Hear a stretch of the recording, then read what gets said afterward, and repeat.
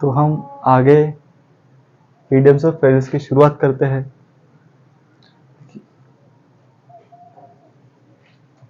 जो लड़ा है वो जीता है, जो मैदान छोड़ के भाग गया वही हारा है।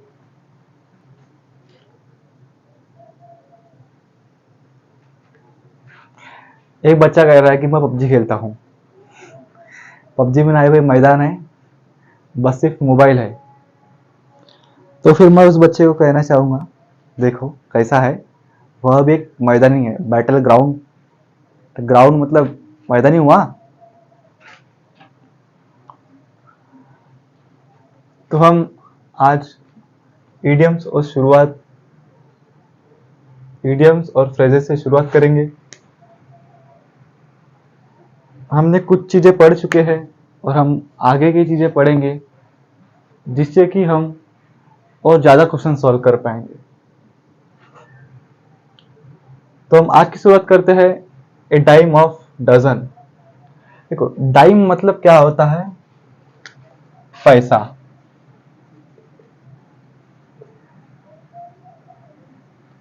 तो क्या होता है कि जब पैसे की शुरुआत हुई, पैसे की शुरुआत का मतलब जब नोटों को छापा गया, कॉइन्स को छापा गया, उनका आविष्कार हुआ,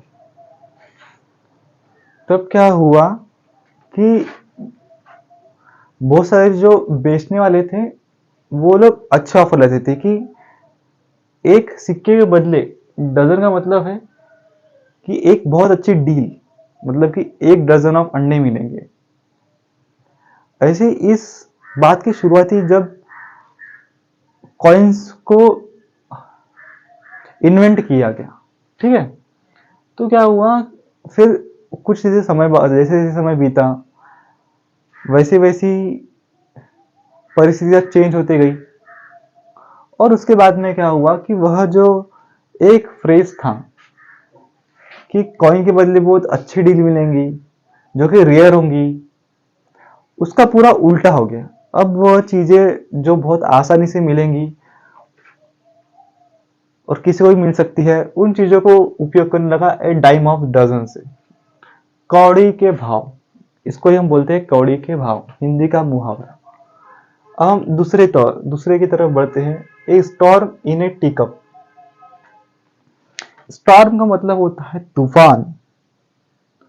अभी कोई भी जो तूफान है वह कहाँ आ सकता है, आप ही सोचिए। एक समुद्र में तूफान आ सकता है, एक बड़े से इलाके में तूफान आ सकता है, पर एक छोटी सी टी कप में, चाय के प्याले में तूफान आना कोई बात नहीं है। इसका मतलब होता है इंग्लिश में बिग फस ओवर ए स्मॉल मैटर, बात का बतंगड़ बनाना। हम में से बहुत सारे लोग, आप सब में से जो आजू बाजू बैठे होंगे, वो लोग कैसे क्या करते हैं, बात का बतंगड़ बनाते हैं। छोटी सी बात है उसको बहुत बड़ा बना दिए, इसको बोलते हैं ए storm in A tea cup. जो बहुत से नाजुक से लोग रहते हैं, जैसे कि कुछ हो गया, कहीं गिर गया तो बाप रे क्या हो गया, बाप रे क्या हो गया, बहुत बड़ी छोटी सी बात का बतंगड़ बनाने लग जाते हैं। ये व्हाइट एलिफेंट,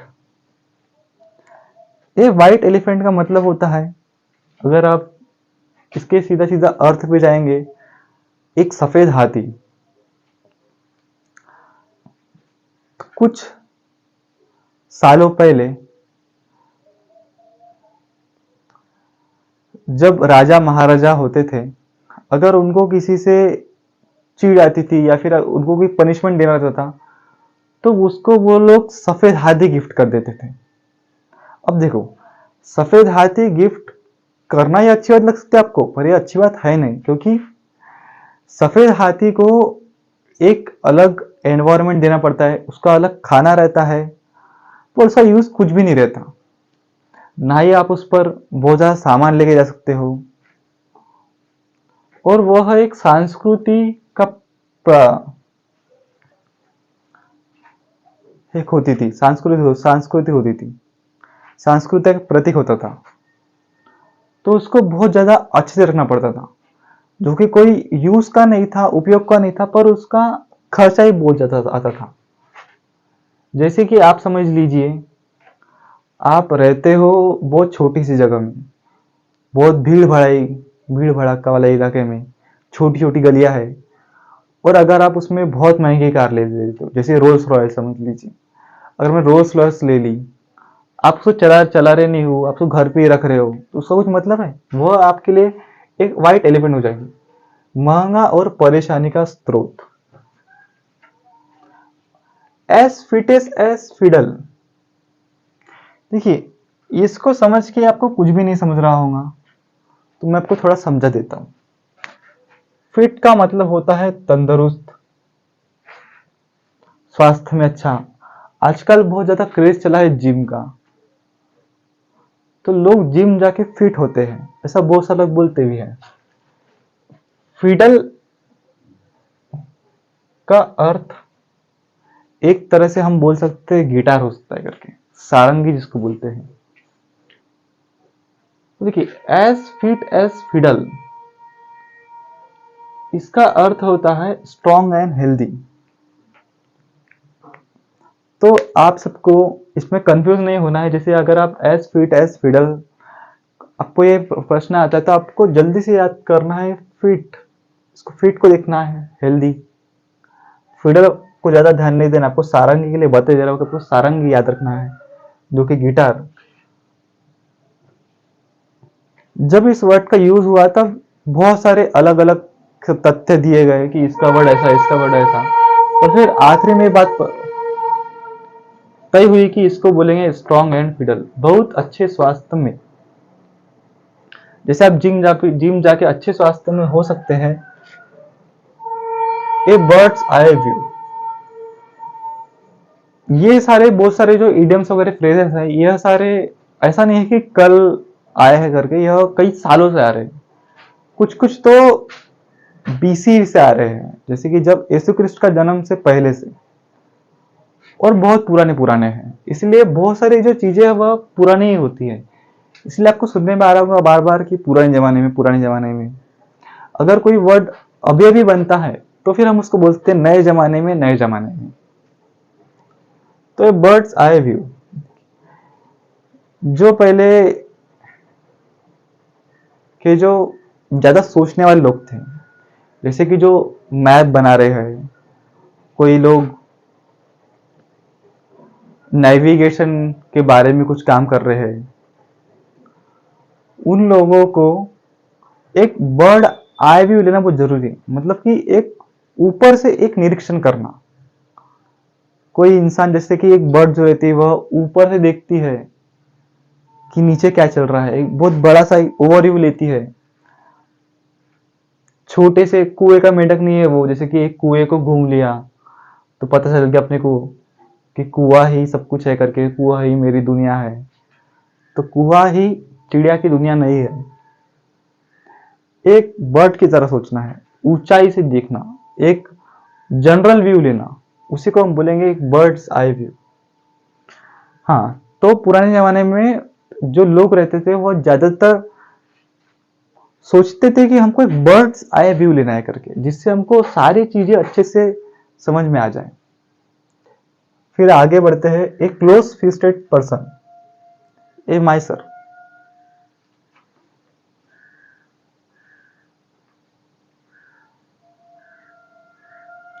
इसको हम बोल सकते हैं कंजूस व्यक्ति। एक क्लोज फिस्टेड पर्सन का मतलब होता है माइसर, और एक माइसर का मतलब होता है एक कंजूस व्यक्ति। एक कंजूस व्यक्ति जो हर समय पैसा बचाने के बारे में सोचता होगा। ऐसे बहुत सारे लोग रहते हैं जो एजुकेशन पर पैसा खर्च नहीं करना चाहते, उनको ऐसे लगता है कि यह एक व्यर्थ इन्वेस्टमेंट है करके। पर ऐसी बात नहीं है। अगर आप आज पढ़ेंगे तो वह कभी ना कभी काम आएगा ही आपको। अगर आप घर बनाएंगे तो वह हर समय काम नहीं आ सकता, पर अगर आप एजुकेशन लेंगे तो आप हमेशा काम आएंगे। A drop in a bucket, a very small part of something big. यह जो फ्रेज है, यह पुराने जमाने में जब कोई सागर से थोड़ा सा पानी लाता था, बूंद बूंद से सागर बनता है, उसी से यह एक वर्ड आया है। जैसे कि अगर आप देखेंगे कि एक जो बाल्टी है उसमें से अगर थोड़ा सा 2-3 बूंद पानी निकाल लेते हैं तो उसमें से बाल्टी में कोई चेंज नहीं आने वाला है। इसलिए बोला गया है small part of something.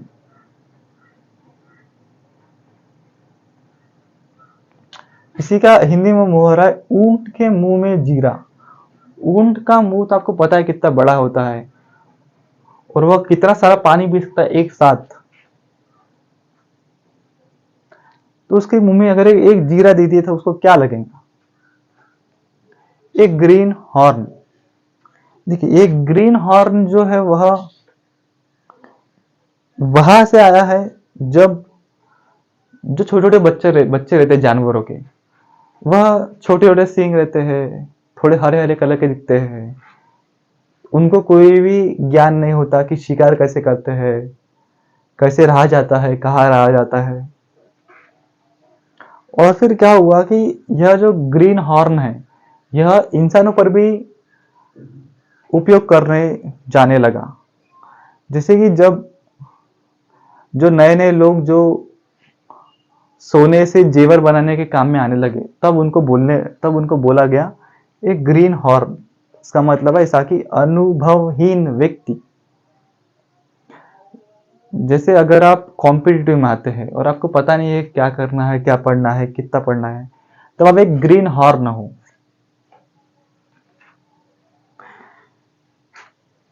A man of letters. A man of letters बहुत ही ज्यादा अच्छा मुहावरा है। हम इसको पढ़ेंगे इस तरह से कि आप सभी लोग मैन ऑफ लेटर्स बन जाए, उससे भी कई और आगे चले जाएं, ओमनीसाइंट बन जाए। पुराने जमाने में जिन लोगों को लिखना पढ़ना नहीं आता था वो लोग ज्यादातर जो लिखे पढ़े लोग होते थे उनको बोलते थे मैन ऑफ लेटर्स। मतलब कि मैन ऑफ लेटर्स सीधे सीधे लेटर से आए हैं। कुछ ही लोग पत्र लिख पाते थे, सिर्फ कुछ ही लोग। आपको बात बताता हूँ, जैसे एक मैन ऑफ लेटर्स तो क्या एक वुमेन ऑफ लेटर हो सकता है? सभी लड़के यहाँ की सोचे कि एक वुमेन ऑफ लेटर हो सकता है क्या? ये बिल्कुल बिल्कुल वुमेन ऑफ लेटर्स हो सकता है, पर यह ज्यादा बोला नहीं जाता क्योंकि उस समय क्या होता था कि ज्यादातर सिर्फ मर्द ही पढ़े लिखे होते थे। जो औरतें हैं वो उतनी ज्यादा पढ़ी लिखी नहीं होती थी, इसलिए वो वुमेन ऑफ लेटर्स नहीं आया है। पर आज हम 21वीं शताब्दी में जी रहे जहां पर जेंडर के बेसिस पे कोई भी भेदभाव करना वह गलत है, तो हम आज वुमेन ऑफ लेटर्स बोल सकते हैं। किसी ने कहा है कि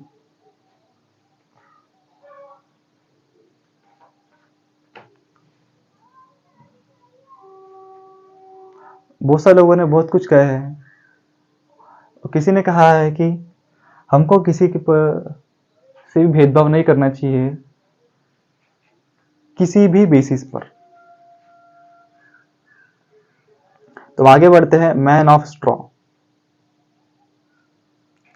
आपको मैन ऑफ स्ट्रॉ और मैन ऑफ लेटर्स से क्या समझ में आता है? मैन ऑफ लेटर्स मतलब जो पढ़ा लिखा व्यक्ति जो थोड़ी तर्कशील बातें करता हूं, और मैन ऑफ स्ट्रॉ का मतलब होता है एक कमजोर सा व्यक्ति।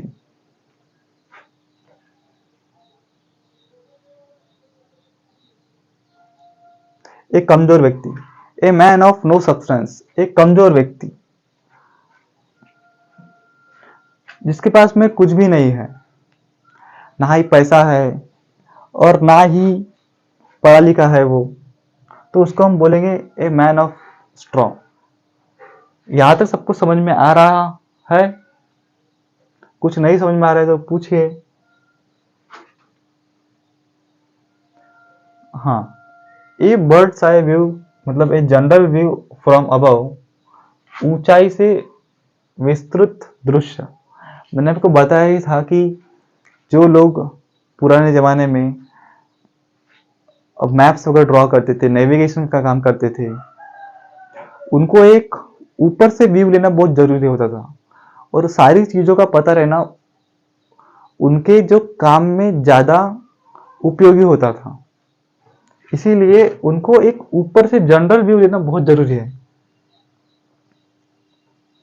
तो हम आगे बढ़ते हैं। A marriage nest, a difficult situation, जटिल या भ्रामिक स्थिति। अब सोचिए मैरिज नेस्ट मतलब क्या होता है। यह मुहावरा आया कहाँ से होगा, इसका अर्थ क्या होगा। देखिए मैरिज नेस्ट मतलब मैरे मतलब होता है घोड़ी।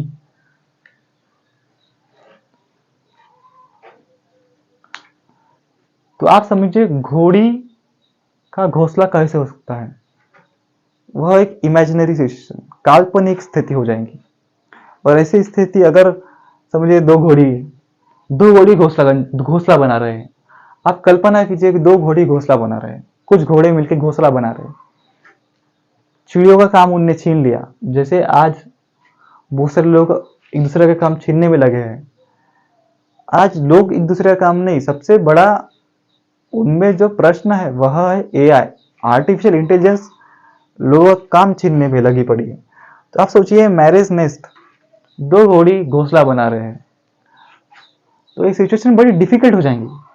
इसलिए इसका अर्थ है डिफिकल्ट सिचुएशन, जटिल या भ्रमिक स्थिति। ए नीडल इन ए हैस्टैक, इसका अगर आप हिंदी अनुवाद पढ़ेंगे तो आपको समझ ही आ जाएगा। घास के ढेर में सुई। पर आप थोड़ा कंफ्यूज हो जाएंगे कि ये नीडल इन हैस्टैक का मतलब क्या होता है। देखिए क्या होता था पुराने जमाने में, जब जो किसान थे वह जो सुई है वह वो लोग लकड़ी या हड्डी इससे सुई बनाते थे। और उस लकड़ी या हड्डी से जो सुई बनती थी उसको अगर वो लोग घास के ढेर में घूम गई समझ लीजिए, तो उसको ढूंढना कितना कठिन हो जाएगा। उस सुई का उपयोग वो लोग बोरे या फिर किसी चीज को गांठ बांधने के लिए उपयोग में करते थे। तो आप सब लोग समझ ही गए होंगे कि ए नीडल इन ए हैस्टैक का मतलब अटेम्प्टिंग समथिंग इम्पॉसिबल। अब इतना बड़ा ढेर है, अगर आप कभी खेत वगैरह में गए होंगे तो आपको पता होगा कि घास के ढेर कितने बड़े बड़े होते हैं। जो लोग हमेशा शहर में है उनको पता नहीं होगा कि घास के ढेर भी कितने बड़े बड़े हो सकते हैं। तो ये पूरे हो गए। अभी आप में से किसी को अगर कुछ नहीं समझ में आया हो तो वह पूछिए, और जिसको समझ में आ गया हो हम एक बार रिवीजन करेंगे तो जिससे कि हमको और अच्छे समझ में आ जाएगा। ए डाइम ऑफ डजन मतलब वेरी कॉमन। मैंने आपको बताया ही था कि पहले क्या हुआ, जब सिक्के की खोज हुई तब बहुत अच्छी अच्छी डील्स मिलने लगी, पर कुछ समय बाद वह बहुत कॉमन हो गया और वो कौड़ी के भाव मिलने लगे। ए storm in A tea cup का मतलब होता है छोटे से विवाद को बहुत बड़ा बनाना, बात का बतंगड़ बनाना। ए एलिफेंट कॉस्ट, ए वाइट एलिफेंट सॉरी, महंगा और परेशानी का स्रोत। जैसे मैंने आपको बताया ही था कि अगर एक राजा को किसी से बदला लेना होता तो वह अपने प्रजा को एक सफेद हाथी गिफ्ट करता था, और सफेद हाथी को पालना ही बहुत बड़ी बात होती थी, उसका उपयोग कुछ भी नहीं होता था। As fit as fiddle, strong and healthy. Fiddle का मतलब होता है सारंगी, गिटार। गिटार के जो तार है वह अच्छे से फिट होना चाहिए, इसलिए strong and healthy. A birds eye view, जब लोगों के पास में अच्छे अच्छे साधन नहीं थे, सैटेलाइट वगैरह, तब उन लोगों को एक बर्ड आई व्यू की जरूरत बहुत पड़ी। जो लोग मैप्स बनाते थे, आप सोचिए कि अगर कोई इंसान नीचे धरती पर रहकर मैप कैसे बना सकता है। उसको पूरा घूमना पड़ेगा, उसको पता नहीं रहेगा कि किस जगह पर किस जगह पर पेड़ है, किस जगह पर पहाड़ है। इसलिए एक बर्ड्स आई व्यू लेना बहुत जरूरी है। एक क्लोज फिस्टेड पर्सन, ए माइसर, एक कंजूस व्यक्ति। ए ड्रॉप इन ए बकेट, सोचिए कि एक छोटी सी बूंद एक बड़े से बाल्टी में क्या होंगी? वह सिर्फ एक बहुत बड़े हिस्से का छोटा सा पार्ट होंगी। जैसे कि ऊंट के मुंह में जीरा, ए very small part of something big. एक ग्रीन हॉर्न, जो छोटे छोटे बच्चे से रहते हैं जानवरों के, जब वो पैदा होते हैं तब वो थोड़े हरे रंग के होते हैं कुछ कुछ। तो वह पूरे अनुभवहीन रहते हैं, इसलिए बोला गया उनको अनुभवहीन व्यक्ति। और फिर वो धीरे धीरे जानवर से इंसानों पे लागू होने लगा। ए मैन ऑफ लेटर्स, पढ़ा लिखा व्यक्ति। पुराने जमाने में जब लोग सिर्फ कुछ लोग पढ़े होते थे और कुछ लोग ही पत्र लिख पाते थे, तो उनको बोला जाता था man of letters. Man of straw मतलब ऐसा इंसान जिसके पास में कोई भी संसाधन नहीं है। एक कहानी सुनाता हूं मैं आपको कि दो व्यक्ति रहते हैं, जो कि एक उनमें से पढ़ा लिखा बन जाता है और दूसरा जो व्यक्ति रहता है वह किसी काम का नहीं रहता है। तो जो किसी काम का नहीं रहता है उसको बोला जाता है ए मैन ऑफ स्ट्रॉ, और जो पढ़ा लिखा व्यक्ति रहता है उसको बोला जाता है man of letters. A marriage nest, आपको मैरिज नेस्ट से घोड़ा ही याद आना चाहिए। घोड़ा घोड़ी, एक घोड़ा और घोड़ी घोंसला बना रहे हैं, तब आप उस सिचुएशन को इमेजिन कीजिए। वो सिचुएशन कैसी होगी? वह सिचुएशन होंगी बेहद ही difficult situation. A needle in a haystack, मतलब मैंने आपको बताया कि जैसे जो फार्मर है वह पहले सुई बनाते थे किसी के बोन से, तो अगर उनकी सुई एक घास के ढेर में घुम जाती है तो उसको ढूंढना कितना मुश्किल हो सकता है। इसी बात से हम समझ सकते हैं कि कितना मुश्किल काम होता होगा किसी एक सुई को बहुत बड़े घास के ढेर में ढूंढना। और जब आपके पास में समय बहुत कम, तब तो आप सब लोग स्क्रीनशॉट ले लीजिए, जिसको भी स्क्रीनशॉट लेना होगा, और जिनको लिखना होगा वह लिख लीजिए, और सबको ही लिखना है।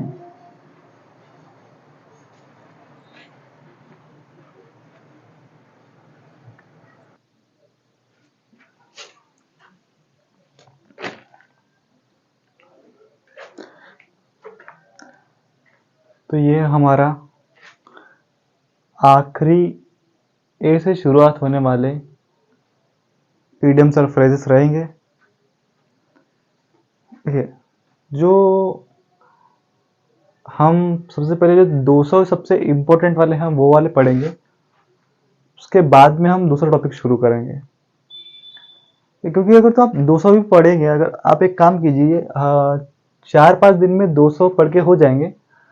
उसके बाद में अगर आप 200 पढ़ने के बाद ही आप कोई भी एसएससी के एग्जाम्स के इडियम्स और फ्रेजेस को सॉल्व कीजिए, तो आप पाएंगे कि आप आसानी से कुछ प्रश्न सॉल्व कर पा रहे होंगे।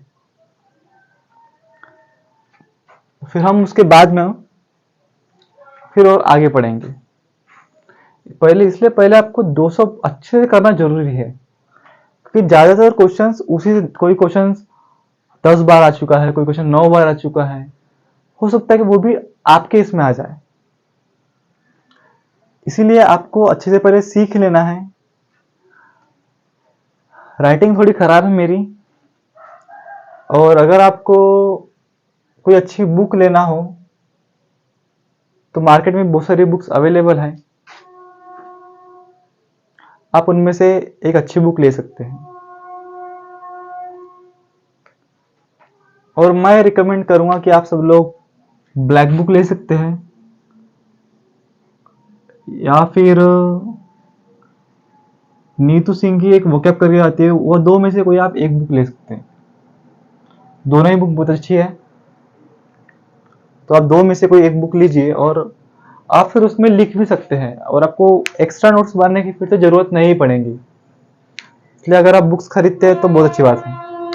देखिए वो अमेजोन पे आप अगर मार्केट से खरीदेंगे तो वो 400 रुपए की मिलती है, अगर इसको ऑनलाइन खरीदेंगे तो आपको 240 या 280 तक मिल जाएंगे आपको आराम से। तो इतने में ब्लैक बुक मिल जाएंगी। और नीतू सिंह की जो वोकैब की बुक है उस पे प्राइस ऊपर नीचे होते रहते, तो आप अपने अनुसार देख लीजिए आपको कौन सी बुक आपको अच्छी लगती है। और अगर आपके कोई फ्रेंड वगैरह होंगे तो आप उनसे कुछ दिन पढ़ सकते हैं, जिससे आपको पता लगे कि अगर आपको इंग्लिश पढ़ना है कि नहीं पढ़ना है। और मेरे हिसाब से 4-5 दिन आप पढ़िए मेरे से, और फिर आप समझिए कि आपको समझ में आ रहा है कि नहीं आ रहा है। तो फिर हम आगे बढ़ते हैं। एक वेट ब्लैंकेट, एक गीला चद्दर। आपको इन सब से क्या समझ में आता है? एक गीला चद्दर आपको थोड़ा समझ में आ रहा होगा, गीले चद्दर की बात कहाँ से आ रही है। तो देखिए क्या होता था कि जब जो रेस्टोरेंट्स वगैरह थे वह इतने ज़्यादा एडवांस नहीं थे, और अभी जो चीज़ें एक्सटिंग्विशर आता है आग बुझाने के लिए, आपातकालीन कालीन घटना में उपयोग करने के लिए, वो सब पहले नहीं थे। तो रेस्टोरेंट वाले क्या करते थे, वो लोग ऐसे वेट गीले वाले चद्दर और बोरे ऐसे रखते थे अपने पास में, और जब भी आग लगी उसको उस पर ढक देते थे। फिर पर देखिए, आग लगना कुछ लोगों को अच्छा लगता है और कुछ लोगों के लिए वो नुकसानदायक होता है। पर क्या होता है कि कुछ लोगों को बहुत आनंद आता है इस बात से कि किसी के आग लगे तो। पर फिर अगर कोई इंसान उस आग पर वेट ब्लैंकेट डाल ले, मतलब गीला चद्दर या बोरा डाल ले, तो उससे क्या होगा कि उनका जो अनुभव ले रहे थे, वो लोग खुशी मना रहे थे, वह पूरी तरह से खत्म हो जाएंगे। इसीलिए बोला जाता है a person who discourage enjoyment. कबाब में हड्डी। जैसे अगर आप कोई बहुत अच्छा काम कर रहे हो, और अगर कोई किसी में कोई उस काम में जानबूझकर अपनी परेशानियां डाल रहा हो, तो आप उसको बोलते हैं कबाब में हड्डी होना। ऐसे अक्सर बहुत सारे आपके दोस्त रहते हैं जो कबाब में हड्डी रहते हैं। दो प्रेमिका, दो जोड़े, दो हंसों का जोड़ा जा रहा हो, और तीसरा कोई मूर्ख व्यक्ति वहां पर आ गया हो, तो आप उसको बोलेंगे कबाब में हड्डी बनने आ गया यहाँ पे। दूसरा है एचिल्स heal, a weakness. A weakness, A point बोल सकते हैं। इसके पीछे एक कहानी है। क्या होता है कि एक राजा रहता है, उसको ताकतवर बनना रहता है।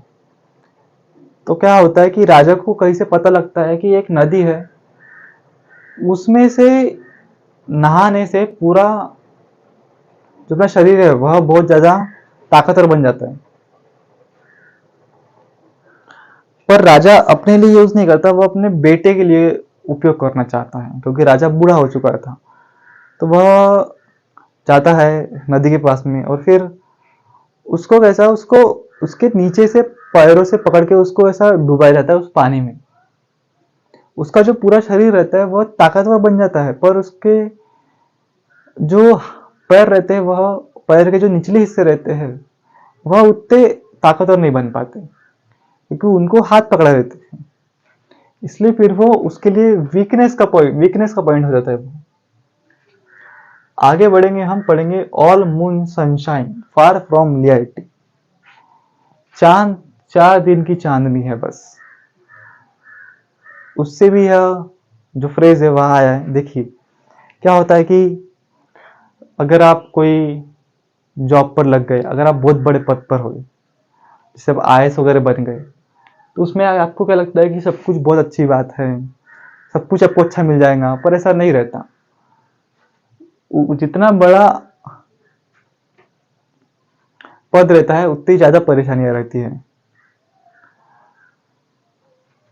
स्पाइडरमैन में कहा गया है ज्यादा ताकत के साथ में आती है ज्यादा रिस्पॉन्सिबिलिटी। तो आपको जितनी ज्यादा ताकत रहेगी आपके पास में उतनी ज्यादा जिम्मेदारी रहेगी। तो ऑल मून सनशाइन का मतलब होता है फार फ्रॉम रियलिटी, दिखावटी। जैसे 4 दिन की चांदनी रहती है।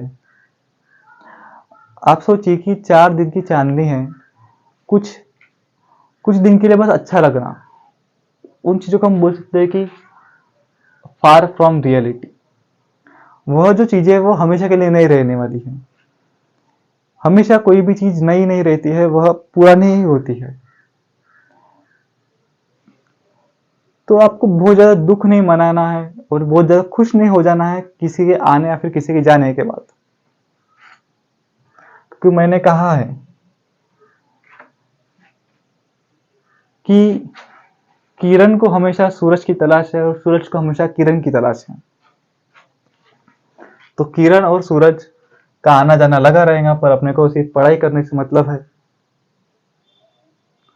दूसरा है एट सी, कंफ्यूज्ड, परेशान। जब अच्छे अच्छे उपकरणों का निर्माण नहीं हुआ था, तब यह फ्रेज बहुत यूज करने लगा। जब जब अगर कोई शिप तालाब में है, अगर वो खो गई है, तो वो फिर भगवान भरोसे हो जाती थी, क्योंकि उनको संपर्क करने के लिए कोई इतना साधन है ही नहीं। अगर आप सोचिए कि अगर आप 500 साल पहले कोई शिप पर है और अगर आप वहां खो गए, आप अकेले ही है, तो आप फिर क्या है, पूरी तरह परेशान हो गए हैं। आपको कुछ समझ में नहीं आ रहा है कहाँ जाना है कहाँ नहीं जाना है। जहां देखो वहां पानी, पानी के आगे पानी, पानी के पीछे पानी, हर तरफ पानी ही पानी, नीचे पानी ऊपर पानी। ऐसी वाली कहानी हो रही थी उनके साथ में, इसलिए फिर वो लोग बहुत परेशान हो रहते थे कि क्या करना है क्या नहीं करना है। ए bull in A China shop, A bull in China shop का ऐसा कोई मतलब नहीं है जो हम कहीं पढ़ सके। वह एक इमेजिनरी सिचुएशन को बिल्ड करके बनाया गया है। आप देखिए, अगर कोई चाइना शॉप है, अगर आप उसमें कोई भैंसे को देखते हैं तो आपको कैसा लगेगा, थोड़ा अलग ही फील होगा।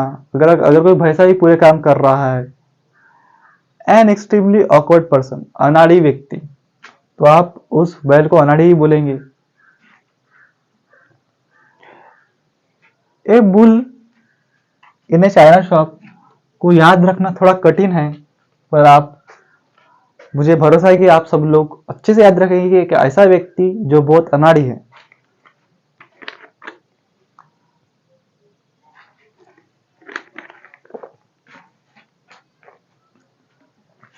आप सब सोचिए कि चाइना की कोई शॉप है, उसका जो ओनर है, अगर वह अपनी जगह किसी बैल को अपनी जगह रखता है, तो वह इंसान कैसा होगा? वह इंसान बिल्कुल अनाड़ी होगा।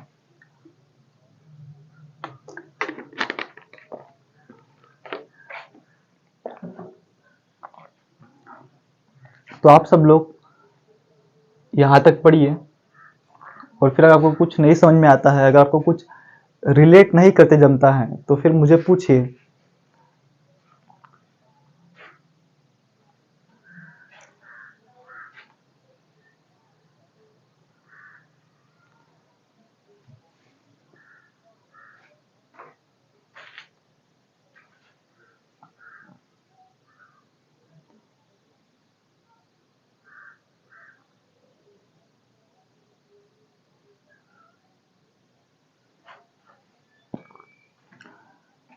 एक बच्चा मेरे से मेडिटेशन के बारे में पूछ रहा है। तो मेडिटेशन ऐसा नहीं है कि अगर आप मेडिटेशन किसी ने किया होगा तो उसको पता होगा कि मेडिटेशन कुछ ऐसा नहीं है कि आप सब लोग ऐसे ही बैठ गए हैं और बैठ के बस ऐसे कुछ सोच रहे हैं, कुछ नहीं सोच रहे, कुछ लोग बहुत कुछ सोच रहे हैं। देखिए क्या होता है कि मेडिटेशन में कुछ नहीं सोचना बहुत जरूरी होता है। बात है, अगर आपको समझ पाए तो समझिए, कुछ नहीं करने के लिए भी बहुत कुछ करना पड़ता है। आप सबको ऐसा लग रहा होगा कि यह क्या वाक्य होगा, कुछ नहीं करने के लिए बहुत कुछ करना पड़ता है। देखिए, पर अगर आप हम इसको अच्छे से मीनिंग को समझे फिलोसॉफिकल वे में, तो कुछ नहीं करने के लिए बहुत कुछ करना पड़ता है। इसका मतलब ये है कि अगर आपको पूरी तरह शांत होना है, अगर आपको कुछ भी नहीं सोचना है, तो आप सब लोग जो जो सोच रहे हैं वो सबको करना होगा, या फिर उसको नहीं करना है यह ख्याल भी दिमाग से निकालना पड़ेगा। तो फिर कुछ नहीं करने के लिए भी बहुत कुछ करना पड़ता है। आपका दिमाग हमेशा कुछ ना कुछ सोचते रहता है, और सोचना है मतलब करना ही हुआ। दो बात है, एक हम अपने शरीर के हिस्से करते हैं और अपन एक दिमाग के स्तर पर करते हैं। तो दिमाग के स्तर पर भी करना करना होता है। इसलिए मैं बोलता हूँ कि बहुत कुछ करने के लिए हमें पहले सब कुछ कर लेना जरूरी है। तो कुछ नहीं करने के लिए भी बहुत कुछ करना पड़ता है। हम इसी बात को आगे बढ़ाते हैं, और हम यहाँ पर सबको सब कुछ समझ में आ चुका है।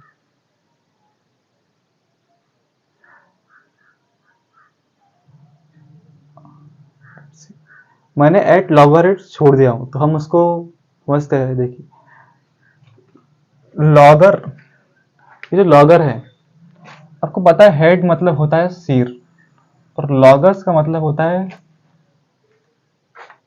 जो लकड़ियां वगैरह काटते हैं उनसे संबंधित है ये लॉगर। वो तो देखिए, जो लॉगर का जो दिमाग रहता है वह बहुत ही बंद दिमाग रहता है। जैसे आप सब लोगों का दिमाग खुला है क्योंकि आप पढ़े लिखे व्यक्ति हैं, आपके पास लॉजिक रहता है, आप कुछ बोलने से पहले सोचते हैं, ऐसा नहीं कि कुछ भी बोल दिया। तो जो लॉगर हेड्स रहते हैं, टू डिस्करेज स्ट्रांगली, असहमति के कारण हिंसक विवाद। तो देखिए, वो जो लॉगर हेड्स है उनका उसमें ज्यादा दिमाग नहीं रहता है। अब जिसका काम सिर्फ शरीर से काम करना हो तो दिमाग से कैसे सोचेंगे। जैसे जैसे शरीर से सोचना बढ़ता है वैसे वैसे दिमाग से सोचना कम कम होने लगता है। इसलिए यह बहुत जरूरी है कि दिमाग से सोचा जाए और थोड़ा ही काम सिर्फ शरीर से किया जाए। तो एट लॉगर हेड्स, तो अपने इसमें दिमाग कुछ रहता नहीं था, तो वो लोग सिर्फ क्या, देखिए क्या होता है कि जब जंगल में जो सिर्फ कुल्हाड़ी और जो लोग पेड़ काटते थे सिर्फ वही लोग रहते थे। तो उससे क्या हुआ कि, और फिर जो शहर के जो लोग हैं उनमें जब उन दोनों का वाद विवाद बढ़ने लगा, तब उनके पीछे का कारण समझ में आया कि ये लोग जो लॉगर हेड जो रहते हैं, जो लोग लकड़ियां काटते हैं, उन लोग दिमाग बहुत छोटा है। दिमाग उतना ही है पर छोटा हिस्सा काम करता है बहुत। तो वह लोग हमेशा ही झगड़े में उलझने लगे बिना किसी बात के। और हमने ए बुल चैनल शॉप पढ़ा है, एक कैरोट एंड स्टिक अप्रोच।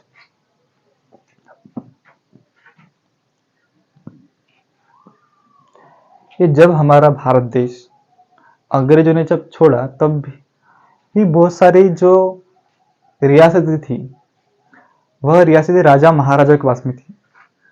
तो उन रियासतों को एकजुट करने का काम अटल बिहारी वाजपेयी को दिया गया। तो अटल बिहारी वाजपेयी ने ये वाला तरीका अपनाया जिसको बोलते हैं साम दाम दंडा भेद। इसका मतलब ये है कि पहले आप उसको आराम से समझाइए, आप गांजर खिला खिला के समझाइए। अगर गांजर से वो नहीं मानता है तो फिर आप लाठी से समझाइए, जिससे कि वह आसानी से समझ जाए। जब जब लोग गधे का उपयोग करते थे तब लोग क्या करते थे कि अगर गधा गाजर खा के काम करने के लिए मान जाता है तो फिर उसको गाजर दे देते थे। अगर वो गाजर से नहीं मानता है तो फिर उसको लाठी मिलती थी। इसीलिए ये आया है carrot and stick approach.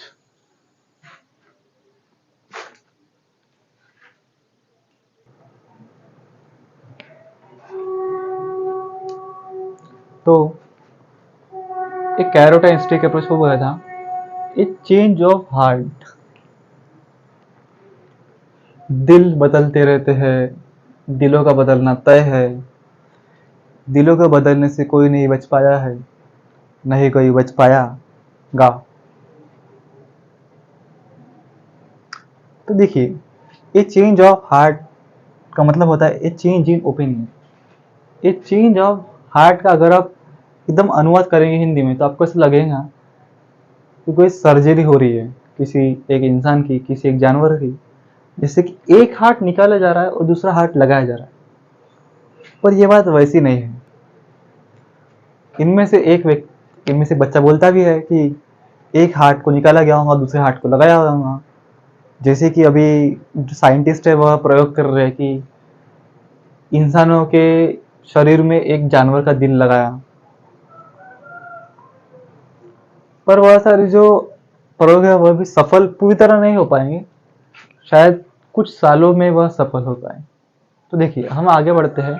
A change of heart, A change in opinion, विचार में बदलाव। यह जो इडियम है, फ्रेज है, ये कहाँ से आया है कि जब कलिंग का युद्ध होता है उसमें जो अशोक सम्राट है, जब वह बहुत सारे लोगों का खून देखता है और वह देखता है कि पूरी तरह अराजकता फैली है, तब उसका जो दिल है वह परिवर्तित होता है, मतलब उसके विचार परिवर्तित होते हैं और वह फिर बौद्ध धर्म को अपना लेता है। तो उसी से यह इडियम आया है। ये हॉर्नेस्ट नेस्ट। देखिए, अब आपको हॉर्नेस्ट नेस्ट से कुछ भी समझ में नहीं आ रहा होगा, आपको समझ में आ रहा होगा कि एक घोंसला है। पर देखिए, अगर मैं आपको अभी और थोड़ा कुछ बताऊं तो आप समझ में आ जाएंगे। ये हॉर्नेस्ट नेस्ट का मतलब होता है भीड़ का घोंसला। एक बहुत सारे लोग हैं, उसमें बहुत सारे लोगों ने एक घोंसला बनाया है। तो आप सोचिए कि वो सिचुएशन कैसी होंगी, वहां कौन रहेगा कौन नहीं रहेगा, इसके लिए कितना झगड़े होने लगेंगे। जब एक घोंसले में दो लोग मतलब कि दो जानवर ही नहीं रह पाते हैं, दो पंछी ही नहीं रह पाते हैं, तो इतने लोग कैसे रहेंगे। तो वह जो सिचुएशन है वह एक अनप्लीजेंट सिचुएशन बन जाएंगी, अप्रिय स्थिति। फिर आगे बढ़ते हम। A living wire, lively and active, जिंदा दिल इंसान। कुछ लोग जिंदा तो रहते हैं पर वह जिंदा नहीं रहते। इसका मतलब कुछ ये कि कुछ लोग सिर्फ ऐसे ही सांस लेते हैं सांस छोड़ते हैं, वो लोग ऐसे कुछ एनर्जेटिक नहीं रहते हैं, जैसे बस जी रहे हैं जिंदगी, काट रहे हैं जिंदगी। जब भी आपसे कोई पूछे कि जिंदगी कैसी चल रही है तो बोलना है जिंदगी एकदम स्मूथ, फर्स्ट क्लास, ऑसम ऐसी चल रही है। तो हम सबको एक लिविंग वायर लेना है, लिविंग एंड एक्टिव, हर समय प्रोत्साहन से भरे हुए, निराशा दूर दूर तक नहीं भटके।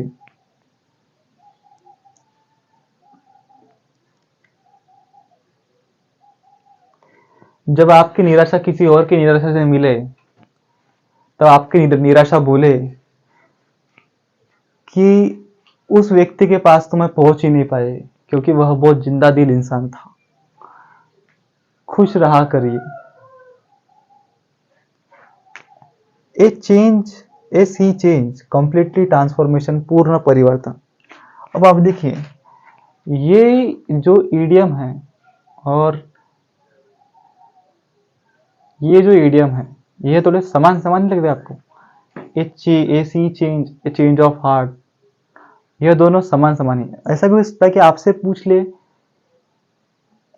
कि जैसे कोई वाला ईडियम दे दिया गया, इनमें से बोला गया कि इन पांचों में से इसके समान कौन सा है, तब आपको लगाना है ये वाला। A sea change, completely transformation. Above board, देखिए अबव बोर्ड, जब जो लोग पत्ते खेलते हैं वो लोग कैसे करते हैं, अपने पत्ते से छुपा के रखते हैं, उनको किसी को भी नहीं दिखाते। तो वहां से ये इडियम आया है कि जो लोग अपने पत्ते ऊपर रखते हैं वह लोग हॉनेस्ट होते हैं। जब भी आप अबव बोर्ड के बारे में सुने तो ऐसे अबव बोर्ड, इसे आप देखिए कि कुछ कुछ जो